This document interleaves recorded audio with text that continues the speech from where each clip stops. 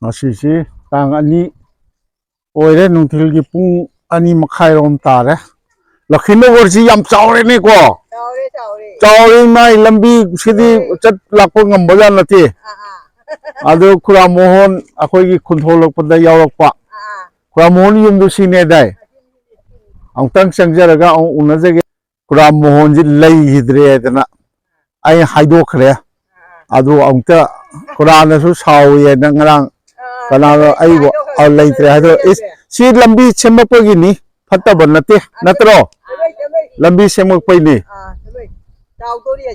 indo di kai kanai chali no hujia o cheng nung loi phangi ne adu dia adhar nung dar loi pai ko adu pata phangde sida ni ne aina nungai jadri cha phangani hai ba indo di kanai da horei no Agartala kai Agartala maktagia Komol pulum tagia o kayam kuire sida lakpa sai ni pulum sure ba kuthorok padi yakai ku humdra manga de wadi ku manga sai yakai dangari adudi hoine hoine lambi ga leramri ne hoi Khura Mohan da ta changjaru ge swai ji moine lamabam lekai ga hairapro lamabam mayam sandoi ne ko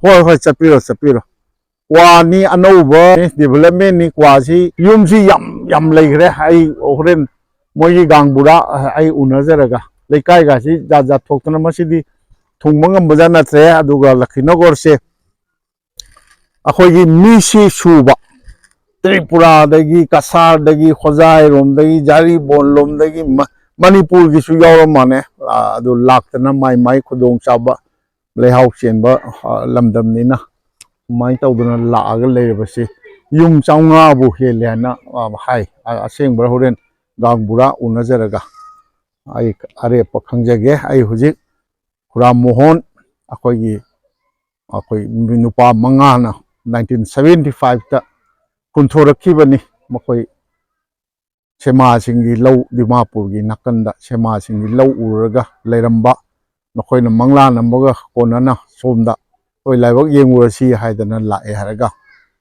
hoi seisa jangol ko ga khudaba horakhiba adugumba mafamni Lakhinawar ada hojikti Lakhinawar haina makoina manga duna adugumba pathau mitei pathau manga duna thonjaraga jangol koktana lingakhiba si gi mathakta atai sandokpa lekai su leire Lakhinawar wangmada su kari lekai kada su yawre ai Khura Mohan do angtang changaga unajaruke Khura Mohan gi yumni yam nungai moi yam chawthoma mane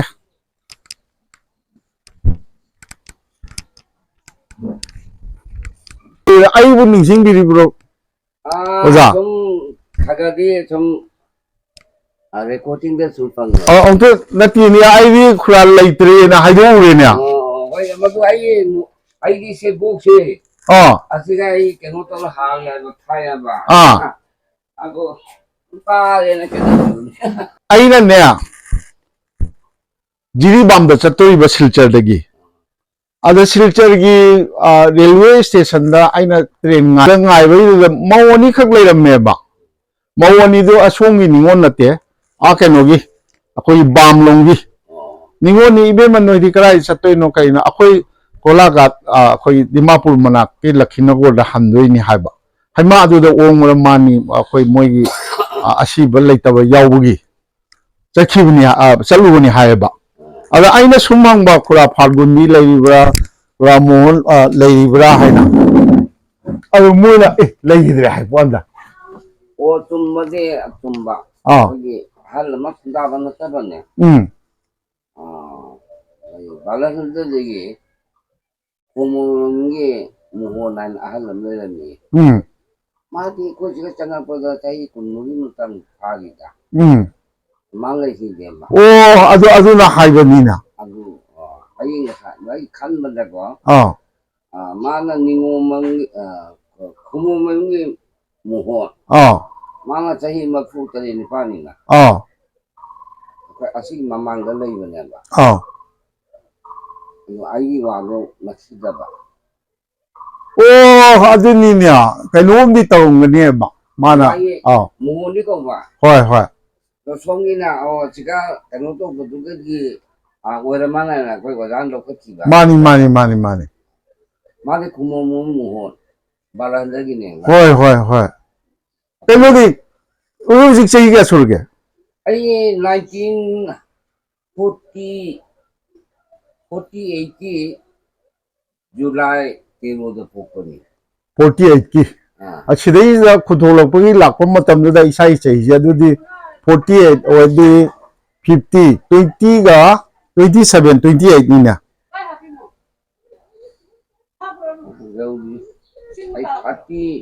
nate 75 te ne ba oja hoina lai se 75 ko koi Nagaland de is lai ne ba Nagaland gi akoi gi kanosi lai si Jaribon lagi Jaribon moina Jaribon ai senjam kala san Jaribon krawai gi no Jaribon si oja se ai na khura hare so dum yabda ni da khura ai si hi lete ado lama ba mohon si akoi gi kunthol pa 1975 ta moi Nagaland gi sema gi lo urme da akoi chahi manga to le lak na wana torok spidai da Jaribon gi country chara Olonsara dagi Chenjam Kalachan haibam ne Khojai Thambal Hobi dagi Thangjam Indra Kumar haibam ne Jogijan dagi Tayen Jam Bacha haibam ne Lanka Dablum dagi Yungkhairong Phargun haibam ne kura Phargun jidi ai thengna jawi mai mayumda amone rak sa isinga charna ahing amchu lecture gribni matamdu da modi chahi yankai mathak ngakta ne ba hoi humbu suba yawa ne ba aduga ai mangda phambiri ba aina khura haire ado oja lama ba muhonjina khwai angang akhoi dhom nagor ba pasadagi kwa hoi adu la erega la inia de ini be meloina re ine banatra ini be machemagi jugi jangini hoina ado koi tayamana ini sigi masanu yan jilloba tayamana ade mawa mapuro sigre kanam le gram ninga leitabadagi nupi macha se usi isa nupi mlei insika koina thajajon jamamga angang ni puraga lai mayagi jumnina adegi mogi sagenga tai budu le thausabi tai lai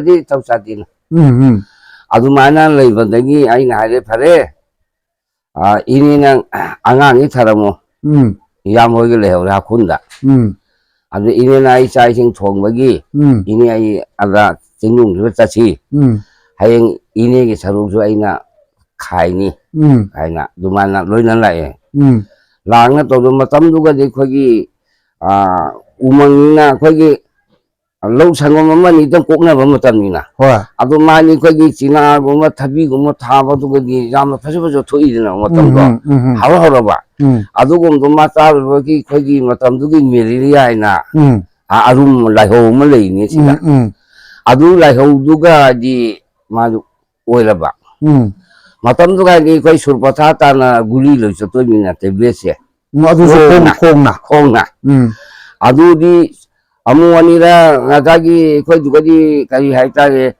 bhuguti mana gumba nomanga ga suraga pisang je mafam de haugi thanina dumai tong na lei hidre ma ga igatani ahing do leitri siri ndu ai khali ibani da asiba siga ini se ai kama do nate sagai de siri sagai de siri ro ini sagai ai gi siti sagai ma amula pagi uthak ta lei bi nate ahan ba thungo budu di pulap sari natro pulap saraga khoi mai mai ni 사계열만 먹기 6만 원만 통해야 돼. 아주 사가이다. 세가니 사무 람펑더비 아두가 이미지 레이드 농당 풍따라 먹다 마가 있겠다니나 아시바두가 이제 아이가 좀 레이드 농당 팔리비네래 농아라 아이 곰타래 탁탁 떠나 우기 하가 떠기니 아이는 살래 정종 이내로 알아고 농당을 시래 농당이네 사무모 아이주 랑감들에 아두 자시 아이나 무모 아니 홍부나를 부타라가 kayam lapna na sanari no hingwon siya. Ay siganina. Sige siya. Huji siga. Aloy kura pagbuloy na na ada. Mara sidi ay di isino mangangi yung mga topadagi kuniwan. ba? Wadi ito na sanga banini. Hoy ne. Adagi hanggang ilo kumahi di abamun di manata nila. Pamado mo lehuri do. Hojai tambaw bi hoy na. Hoy ne lapi niya. Lapi. Adai senjang kala tanay kola tanga ba khani hori bodo. Karo mo mamang wanu hori duga niya. Kilometer aniro ni nila na. Adumay lapna lang ni. Maduga kauna ka uwa ka tawni ka diwa. Sonjol samun. Asini. Adagi masamduga ni Indo di kali lam ni ngono. Nandapur gini hojai. Hojai Nandapur ya. Tarari gini mage. Tausongi. Na una kara bali ne kau tau di minya. Ako jo angang la tere usile. Mayam na je. Hey. Bamu lamu jauh dengan di mana masuk kamai tahu ni. Lagi ai hojai jugi jantan tale. Chulpotel mo kung chalaga. Lagi chungkakale bamu si ahim ba matang pangde. Lagi langkah gitu juga kaki dah bamu lama tu lagi bani mak kudung sadar bani. Nang nama tu nutin kau bagi walaga di pubajani hari. Tu ayah si panganan tu berkuaran ni ayah si kudung sadar. Ayah pada ayah gaura ulimi kulimi. Aduna lau kia tarang choy ayah gida laiga konana ayah waina mahimong saba ado cahi je kundok suna ayah wagi dumlip na ngamnaba mayam na mating tawni kana so tawni inggo jahatar hai kona jum kai sabini hai na dumain poraga matam duga la phulu ke bamuna laga di kano laga sulit jabanina ci thana ci ngara tawro num sonbi re ne ciki hai si kanora oja noren na dimapur dei mi khara lawro ba matungdra na te ma mo lakri sulok blok tringe ji noi manga dugi manga se adu gi ngasai thamano bigi thangang indra kumari masanu rasmondu ta sejak kelasana taba hoy ne Rajmondo Magi Rajmondo nupi du kari kauge Kalachani masanu pi si kari kauge Kalachani masanu pi sabi ko lima bol pathar le bol pathar da huji Rajmondo sabi kauge ba adegi Rajmondo nupi se huji matim ngau lai dine kita kaidana uriam kata le bro le sungai lakitun kauge ba bol pathar da le yesin ngala adu Kalachani senjam Kalachani masanu pi sabi Mulai Moile nate Rajmohan Lowri se Kalachani Machanupi Rajmohan Lowri se Rajmohan Lowri se Tangjam Indra Kumari Machanupi Tangjam Indra Kumari Machanupi Rajmohan na Pokok bunuh itu Aci cumba Tangjam Indra Kumari Machanupi nah anak lagi le senjam Kalachani senjam Kalachani cakre ba acha sima mate kumale le na adegi moi na sagai da poe dai moi masanupa kanu masunupa se bunuai se bunu ji kai lege hujia si re thori ran si mama pa le ji masi munau le ji uriam ka taw manung le uriam khata hoi bas ka le phulu sin do adu ketang mamang da moi jumanga to ru le ri dana hoi te ama sigai thokri bana Eno ozal laisam no rezi lei bro mabo lei pia kanu ibam chatra mane na kanu re yam sol mane soma cha de mako mo ching tin wangang mangamdre ya adegi ozagi di ichin na kya ai chino manga ni manga mo pore ꯑꯩꯒꯤ ꯁꯤ ꯆꯍꯤ ꯑꯅꯤꯔꯣꯝꯁꯤ ꯍꯥꯎꯈꯨꯟꯗ ꯊꯕꯛꯁꯨ ꯑꯩ ꯆꯥꯅꯕ ꯖꯪꯒꯣꯡ ꯀꯣꯛꯅꯕ ꯁꯦꯟꯁꯨ ꯃꯣꯏꯅ ꯄꯤꯔꯛꯄ ꯃꯣꯏꯅ ꯄꯤꯔꯛꯑꯦꯕ ꯑꯗꯨꯒ ꯏꯅꯦꯒ ꯑꯩꯒꯅ ꯁꯨꯝ ꯍꯣꯠꯅꯕ ꯃꯉꯥꯁꯤꯒꯤ ꯁꯔꯨꯛꯁꯦ ꯑꯩꯅ ꯑꯗꯨꯝ ꯌꯥꯕ ꯑꯗꯨꯒꯤ ꯈꯔꯅꯤ ꯂꯩꯔꯒ ꯑꯃꯨꯛ ꯑꯩ ꯆꯠꯂꯦ ꯑꯃꯨꯛ 1,000 ꯄꯤꯔ ꯆꯦꯡ ꯋꯥꯟꯕ ꯑꯗꯒꯤ ꯖꯪꯒꯣꯡ ꯀꯣꯛꯄꯒꯤ ꯃꯤ ꯊꯤꯅ ꯀꯣꯛꯍꯟꯕ ꯁꯤꯅꯤ ꯑꯗꯣ ꯃꯣꯏꯗꯤ ꯑꯗꯨꯅ ꯁꯣꯅ ꯐꯧ ꯆꯦꯡꯒꯤ ꯍꯨꯜꯂ ꯈꯣꯠꯅ ꯑꯩꯅ ꯇꯧꯔꯒ ꯈꯥꯎꯕ ꯃꯇꯝꯗ ꯑꯩꯈꯣꯏ ꯂꯣꯏ ꯐꯨꯛꯂꯛꯏꯅꯦꯕ ꯆꯍꯤ ꯑꯗꯨꯅ ꯑꯩꯈꯣꯏ ꯈꯨꯟꯗ ꯑꯩꯈꯣꯏ ꯏꯌꯥꯝꯕꯒꯤ ꯃꯣꯏꯁꯨ ꯍꯥꯎꯒꯤ ꯂꯧ ꯁꯨꯔꯤꯔꯥ ꯑꯩ ꯁꯨꯅ ꯑꯩꯅ ꯊꯣꯛꯂꯛꯅ ꯃꯣꯏꯒꯤ ꯑꯩ ꯃꯤꯇꯤꯡ ꯇꯧꯔꯤ ꯄꯨꯝꯅꯃꯛꯁꯨ ꯃꯣꯏ ꯇꯧꯔꯛꯏ ꯏꯆꯤꯟ ꯏꯅꯥꯎ ꯃꯔꯤ ꯑꯗꯣ ꯑꯣꯖꯥꯒꯤ ꯏꯆꯥ ꯀꯌꯥꯅꯣ ꯁꯤꯗꯩꯁꯤꯗ ꯑꯩ ꯏꯆꯥ ꯅꯨꯄꯥꯁꯤ ꯑꯅꯤꯅꯤ ꯑꯃꯗꯤ ꯑꯗꯨ ꯀꯩꯅꯣ ꯇꯧꯔꯦ ꯁꯤꯗ ꯂꯥꯀꯥꯒꯤ ꯐꯣꯔꯂꯦꯟꯗꯅꯦ ꯁꯤꯒ ꯕꯥꯏꯛꯇ ꯇꯣꯡ ꯆꯠꯈ꯭ꯔꯦꯕ ꯖꯥꯎꯁꯟ ꯏꯖꯥꯎꯒꯩ ꯃꯆꯦ ꯍꯣꯏꯗ ꯃꯥ ꯑꯦꯛꯁꯤꯗꯦꯟ ꯇꯧ ꯁꯤꯈ꯭ꯔꯦ ꯏꯁꯦ ꯀꯩꯅꯣ ꯏꯃꯧ ꯊꯅꯝꯗꯦ ꯆꯍꯤ 15 ꯂꯥꯟꯒꯗꯕ ꯊꯥ ꯑꯅꯤꯔꯣꯝꯗ ꯉꯥꯏꯔꯦ ꯃꯥ ꯗꯣꯁꯥꯁꯦ ꯃꯥ ꯀꯩꯅꯣ ꯁꯤꯝꯂꯥꯗꯅꯦ lupa 13,000 kumbini subunan. Jaksan nang lakpa. La thungaga adu nongalaga isi to biholom da take langkarom da kunjaw ni na. Jaul ga chapada ni nugi sungai da sum jadri khotre pau num la ya. Siga ini putara ni to da uma pungdi tharaga dugi matom chalu chana le denna. Bora nuna thara dulle ini sibadegi dugi aku mada ai umang hi. Asigai isa mari manga jadi pokai na. Adigi ai na manu chamal lainu laga nungara roe adu asisu ai lamnina. Asiga soro pa phungdor kon thang. Adu ini gi khubam diam ta thambi da bro mana lamabi oi sigai da. Like du ai hingodan iman mafam do du wahai thang lai do magi si mami di sagai di khangba chahi matang si aina sum khambada humbu taruk tare kumada adu mana ahan bas dei da lai da dina aduna akoi gi karau gi kari thabada adu di loin tawri tawri sibada khoi gi sagai ngatang bai tawri adu so aji khoi wakam piro kari no ichanu wakam tumbi piro mune akoi hagu pa ya ro adu hore lala to chakha pi bodo adu piau ri bagi khunda lagwa se pala sa lai hi dilwa wakam tumbi saro ngaro yai na du maina adu di jungko ki to le adu anau ulak ko jingju anau ulak ko so ko gi aliba kambuna kai da tai wakam tumbi thai adu pai adu asidi khon junak chambi chamani ma sum thangna ti yum changwa hilma ne ne kada jona ojang la koi matung dadi jung putra mu hele bachimlang tongan cha nate aina la ko matam da chani ya khairom lai haiba ujiti mai pem kada uji dima budegi char ma kano dima bu pakai kuli sa du adu hau gi lo su bane adu mo jumanga taru sig lam launa jum sangka ba jaw de ka ta bu jaw ri jum di sa lai ba ming nung chale asi ana sengai pi na lai ba adu hu bu yum kaya mo le ki tama mo hai du di num hai gi du ja re da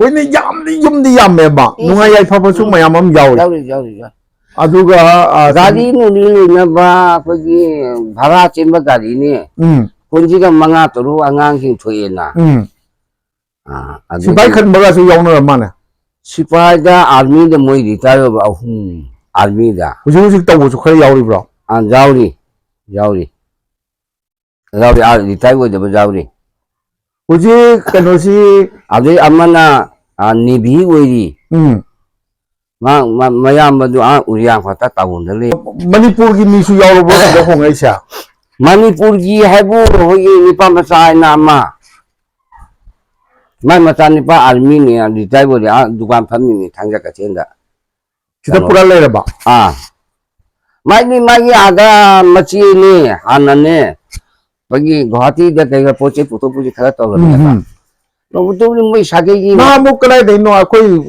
haidi khurai rom dei chalaga leiba sekta rom gi bamon ma ꯂꯩꯕꯒꯤ ꯋꯥ ꯑꯣꯏꯅ ꯇꯥꯒꯤ ꯂꯩꯈꯤꯗ꯭ꯔꯕ ꯁꯦꯛꯇꯥꯔꯣꯝꯒꯤꯗꯤ ꯕꯥꯃꯣꯟꯗꯤ ꯂꯩꯇꯦ ꯍꯧꯖꯤꯛ ꯑꯃꯈꯛ ꯀꯩꯅꯣꯗꯣ ꯀꯨꯀꯤ ꯂꯥꯟꯗ ꯀꯨꯀꯤ ꯂꯥꯟꯗꯩ ꯊꯣꯛꯂꯛꯄ ꯑꯩꯈꯣꯏꯒꯤ ꯀꯩꯅꯣ ꯁꯨꯀꯨꯅꯨꯗꯣ ꯁꯨꯀꯨꯅꯨꯒꯤ ꯃꯆꯦ ꯑꯩꯈꯣꯏ ꯂꯈꯦꯅꯨꯒꯣꯅ ꯂꯧꯕ ꯑꯗꯨ ꯃꯇꯩ ꯃꯅꯥꯎꯗꯣ ꯂꯥꯡꯅ ꯂꯩ ꯍꯟꯖꯟꯗ꯭ꯔꯤ ꯑꯗꯣ ꯍꯧꯖꯤꯛꯁꯤ ꯑꯗꯨꯅꯗꯤ ꯂꯝꯗꯤ ꯇ꯭ꯔꯤꯄꯨꯔꯥꯒꯤ ꯍꯣꯖꯥꯏꯔꯣꯝꯒꯤ ꯖꯥꯔꯤꯕꯣꯜꯂꯣꯝꯒꯤ ꯀꯁꯥꯔꯣꯝꯒꯤ ꯂꯣꯏ ꯁꯨꯔꯦꯅꯦ ꯁꯤꯗ ꯁꯨꯔꯦ ꯂꯩꯇ ꯂꯥꯏꯔ ꯊꯤꯅꯕ ꯂꯥꯛꯄꯁꯨ ꯑꯗꯩ ꯅꯨꯡꯉꯥꯏ ꯌꯥꯏꯐꯕ ꯑꯩꯈꯣꯏꯒꯤ ꯀꯩꯅꯣ ꯑꯩꯈꯣꯏꯒꯤ ꯁꯤꯕꯥꯏ ꯑꯣꯏꯔꯝꯃꯒ ꯄꯦꯟꯁꯅꯔ ꯁꯤꯗ ꯂꯥꯛꯑꯒ ꯍꯤꯡꯒꯣꯜ ꯂꯩꯔꯒ ꯂꯩꯕꯁꯨ ꯌꯥꯎꯔꯕꯣ ꯅꯠꯇꯦ ꯑꯁꯤꯒ ꯄꯣꯛꯄ ꯑꯉꯥꯡꯅꯤ ꯑꯥꯗꯩ ꯅꯠꯇꯦ ꯑꯩꯈꯣꯏ ꯁꯤꯗꯒꯤ ꯑꯩꯈꯣꯏꯅ ꯈꯨꯟꯗꯥꯔꯒ ꯑꯍꯟꯁꯤꯡꯗꯨꯅ ꯃꯆꯥ ꯅꯨꯄꯤ ꯑꯉꯥꯡ ꯊꯤꯔꯒꯅꯦ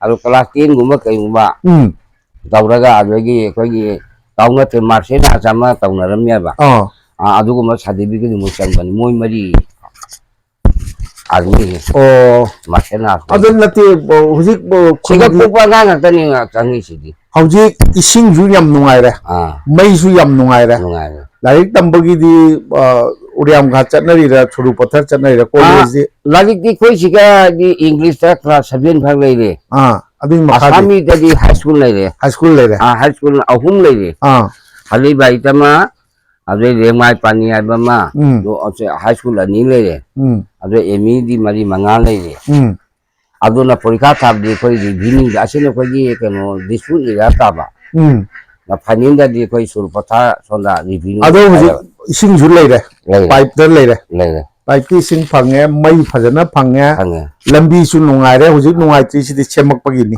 ꯑꯁꯤ ꯌꯧꯔꯛꯑꯦ ꯌꯧꯔꯛꯑꯕ꯭ꯔꯥ ꯑꯩꯈꯣꯏ ꯂꯝꯕꯤ ꯍꯥꯟꯅꯗꯒꯤꯒꯨꯝꯕ ꯅꯠꯇ꯭ꯔꯦ ꯕꯤꯗꯥꯄꯨꯔ ꯕꯖꯥꯔꯗꯤ ꯀꯥꯏꯈ꯭ꯔꯦ ꯊꯨꯒꯥꯏꯈ꯭ꯔꯦ ꯑꯗꯩ ꯑꯗꯣ ꯃꯣꯏ ꯑꯗꯒꯤ ꯑꯅꯛꯄꯗ ꯎꯔꯤꯌꯥꯝꯘꯥꯠꯇꯩ ꯂꯥꯛꯄꯗ ꯈꯨꯟ ꯑꯅꯧꯕ ꯈꯨꯟ ꯈꯔꯁꯨ ꯇꯥꯔꯦ ꯑꯁꯥꯃꯤꯁꯤ ꯇꯦꯛꯈꯥꯎꯒꯤ ꯆꯪꯍꯟꯗꯦ ꯆꯪꯍꯟꯗ꯭ꯔꯣ ꯁꯇꯤꯁꯅꯤ ꯁꯤ ꯑꯩꯈꯣꯏꯅ ꯂꯣꯏꯔꯦ ꯕꯣꯔꯗꯥꯔꯣꯝꯗ ꯃꯤꯇꯩꯅ ꯍꯥꯟꯅꯗꯤ ꯃꯅꯨꯡꯗ ꯑꯩꯈꯣꯏꯒꯤ ꯅꯠꯇꯦ ꯎꯔꯤꯌꯥꯝꯘꯥꯠꯇꯒꯤꯅꯦ ꯁꯤ ꯌꯧꯁꯤꯜꯂꯛꯄꯒꯤ ꯂꯝꯕꯤꯁꯦ ꯁꯤꯁꯦ ꯌꯨꯝ ꯑꯅꯧꯕ ꯃꯌꯥꯝ ꯑꯃ उड़ई टेखाउसिंगी हाँ मोय मसा मसा हानेगे ले जबरा नौना चंग पीते चिस तौरीदो अखोय वा नुंगा जहाता दे लोक लोकिंग जाय दुगा थाना गाड़ी पुसला का दे लोग पीदेबा अदो हौजिक्सी आधार करी लोइन पीरे से नुंग लोइन पीरे बोथ थादब यारे लोइन मग यारे कोई कई इमेजिन उनु दो या नने अदो लिसिंग अमगा चनी अदो नहांग हयेंगी मास की 13 तारीख दा लिसिंग मापन पी पुनुमा अदो अखोय हिमंतोना लोइ पीनेबा पी अदो हुजिक हिंगोन की पता दी पीद्री आई अली नुमिति अदो सिनी अदो मसीदी अखोयगी Assam the लेरिबा Barack Tampa ओसनु Brahmaputra तंपाक त ओसनु लेरिबा मैतै मयामना खरा हाइबीबम थोक्तरो तो अइना ओजा वाम खंगे इना को इना हाइतरे ने प्रा बा होइने अनु ताजा कौने पुरादो अखैना कना खंगनी याम अहन ओइना मानग्रे अइना खनबो बखन आइदी लाइकती हाइतेबा आइदी इमा पोंगै कोइ लाइक तमती होय होय हाना उरी मना सुरगा लादा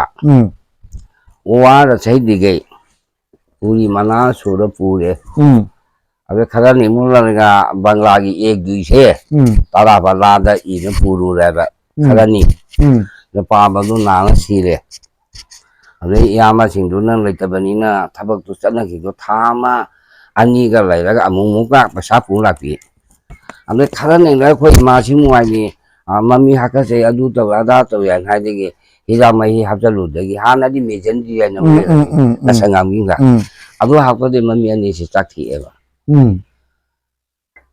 उद्रबनी ने इसिंग मसिंग सोंगना तो अदुई आई इस्कोन तोंगना चाय सिंग थोंगना नु बैसाबी फाना नु लेरे अदु इकोगी इसेरो मंगा जि निमो जाउदबा खगा चाबो सिंग नु हाजिरा बाजरा अदुगा या खरा थामना थाबो हिंसा सु चली ना नेसे खंदी के वाइना थोंग थांग इमा दुगा समखो नुम तो दे लै हेउद्रेबा वाइना सेगला इमा ना तिनबदगी मिंग इबा खरा इंग्लिश में मीने वांगांग करी है आई सम आसानु गनु खांगन तौरी दिना को असिनी ꯑꯗꯨ ꯄꯇꯥꯁꯤ ꯄꯤꯔꯛꯄꯒꯤ ꯋꯥ ꯂꯩꯇ꯭ꯔꯤꯕ꯭ꯔꯣ? ꯄꯇꯥꯗꯤ ꯍꯟꯗꯛꯀꯤꯁꯦ ꯍꯦꯃꯟꯇꯣꯅ ꯍꯌꯦꯡ ꯑꯦꯄ꯭ꯔꯤꯜꯒꯤ ꯆꯧꯗꯣꯏ ꯃꯃꯥꯡꯗ ꯚꯣꯠ ꯑꯃ ꯂꯥꯛꯏꯗꯅ ꯑꯁꯤꯒ ꯍꯥꯏꯗꯤ ꯃꯥꯒꯤ ꯕꯤꯖꯦꯄꯤ ꯁꯔꯀꯥꯔꯅ ꯑꯣꯏꯔꯒꯗꯤ ꯍꯥꯏꯗꯤ ꯄꯇꯥ ꯄꯤꯅꯤ ꯍꯥꯏꯗꯤ ꯂꯧꯊꯣꯛꯏꯁꯦ.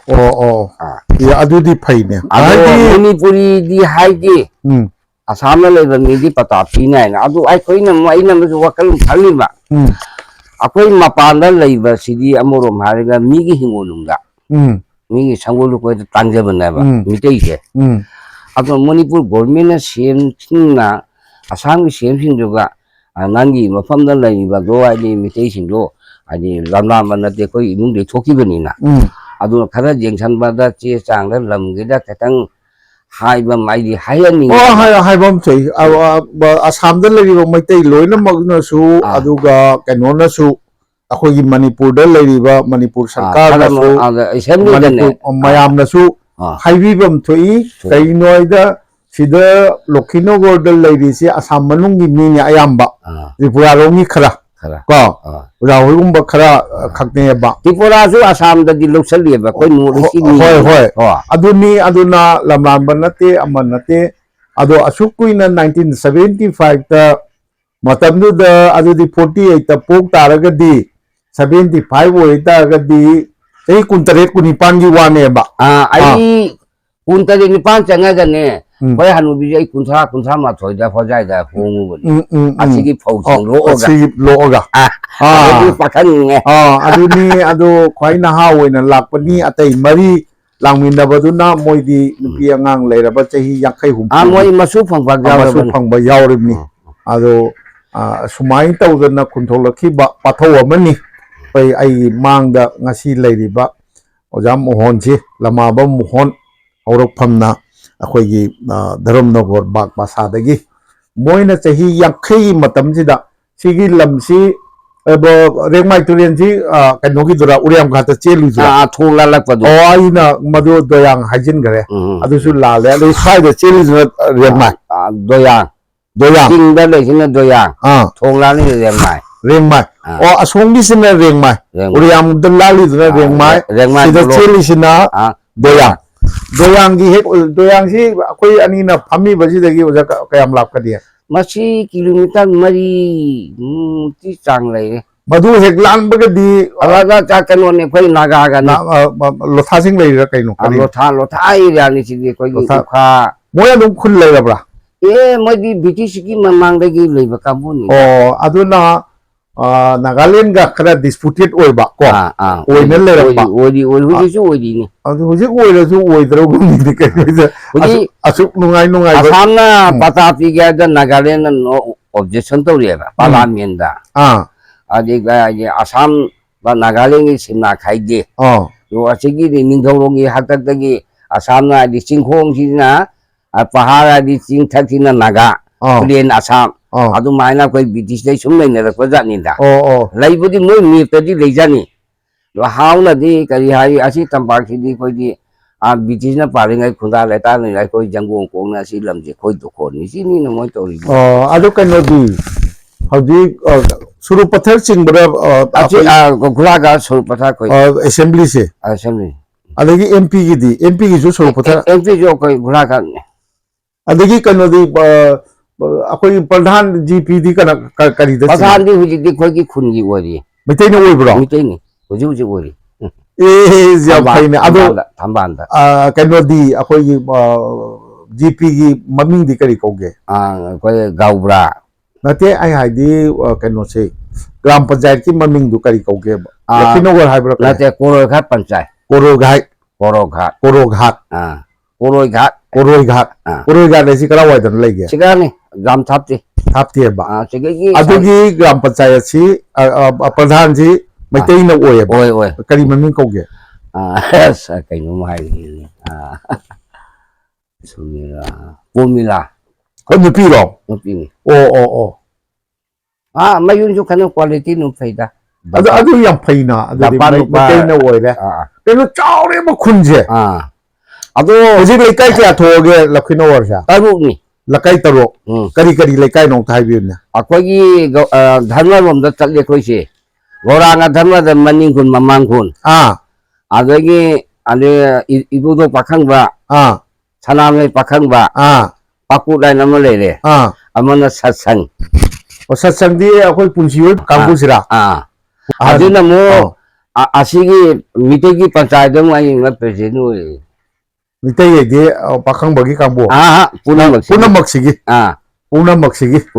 ado akoi aduga sumchi jadi jumna changagi thabu bahanai na chi changda sumai gaura woisano adegi pakang ba woisano satsang woisano tabak inghang thokpadadi adum changna thongna tawi natro tana ba thangna ba loi pulle akoigi chamna sigi da akoigi guru ki mi tara khangale na akoi mi jangkai kana president kana secretary ni asi akoigi committee woina aduna asigi wata dana adi hari ba punum sigi group da nangi ningai sangdai thodi asi cherak lai asi aduna ma sanamai puro sanamai pingai khena mana mitei na moi ja tau jabado mogi payang tau jabani na mani akoi songi chalaga chumni lali nangi mui haina daba adogi noina laga bamona tusimana adu to ada tawri haina daba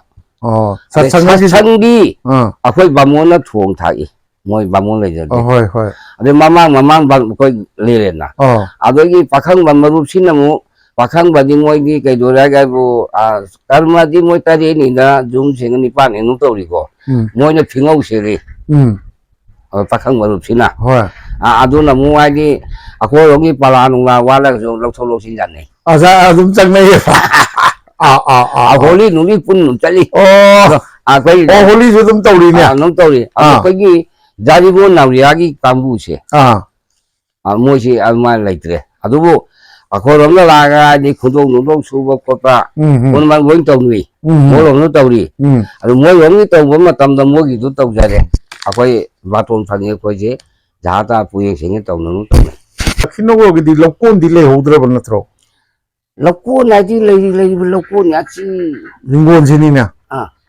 onamak akoi si Sauri ni la kinugo asigi ai maninda la ji sike na mo mamang la uriang hatagi soro aso la idna adagi khoi je suma thaijele edna thaide na sonda daparam jaki je asi nagaling ni singkhong na milli dina doyang turien hai je chauro kanum le di ne factory company asi chali ba asigi soro je khoi mitei na du thieng wa sari me chari ne ba chari adu ising lau oidi oidaba akang ising lau di oidaba kuji khungang tha chuore borisa or ising wala di ma sumwagi thilgu mamna lamji ta le go su jaure ba tei mana ising du phangdaba ni na adu boring jin mo phoinga jade fit taru kum ba ora di makhari nong ta to ngamdaba hut ngamdaba asiga mogi sarkagi water pibari se moi green sinma ngang nu fukai damna matam changya ba koi hana ko hale rambadu lai nadre lai ri ji ai ju lai ai motor ka pana lai ising thoi gro atu wai supply di aje area gi lau bani na khoi lau da jade ado thakna bu lau re adagi horen thata mato da moto thara si na gumba wahanu nga litaba do sum lau bu lai ai sum ti jum mama ne ngo le sum chara ji ado mera pa bi ga di le ko lai te kai naron ni club pulai ro kala buji sangka ge koi gi sarkar na ne lak ani makhare ke no pi re ba pi na sana loi re karom da sai sai ni mai ma pham nei khoi pauna kala ba na acha no khon ne kum na go re tai ko ro re kem lapi ke sre gya jo mang da nu le da ai adu box cha ru ge adugi sum chalaga akoi gi khundara ko gi mando ma jot ki khenji ai na awai gi kano to ri adu khoi emile na lak ani pi le mathak tu ko pi nai na honari bamong ge le resida bamong di aji ka thabak ana sa bamong lam lai mama pure da na koi sidi koi se na khara lari hai koi na site परिषद की तौ हिबदो adugi to bom sai te pare ki to bom de kitang sel ga bom ma le da adu bamo ni sikle de khoi ma adu huji ki sai te pare se to adu ga club le de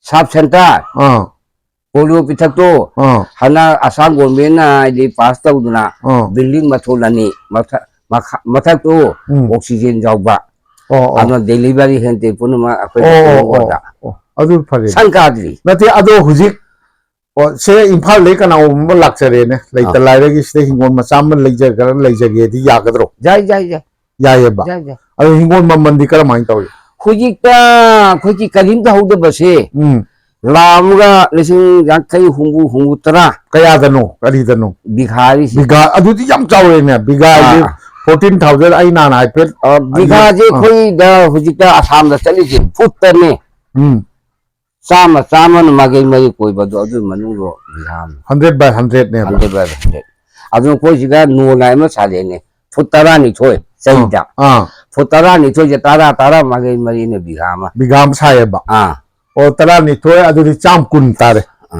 oi ne 14,000 hai bani ne adu chuma mani adu gi sukuma kwa nung ka tu di mari manga tabu kwa siga laila di tange o ko kai tha da badane ba ri cha kai ta ba po chei haw ga na khara tang ba ma poto akhoi si hingo si di ai kwa da ta na la ung phangi jana ha adu mang na la ani pi ga ka phu da hoi adai di mung sakti siramane na jongsa chi ai amma ka hingi ai mapam bi kuntra ni du hai si ni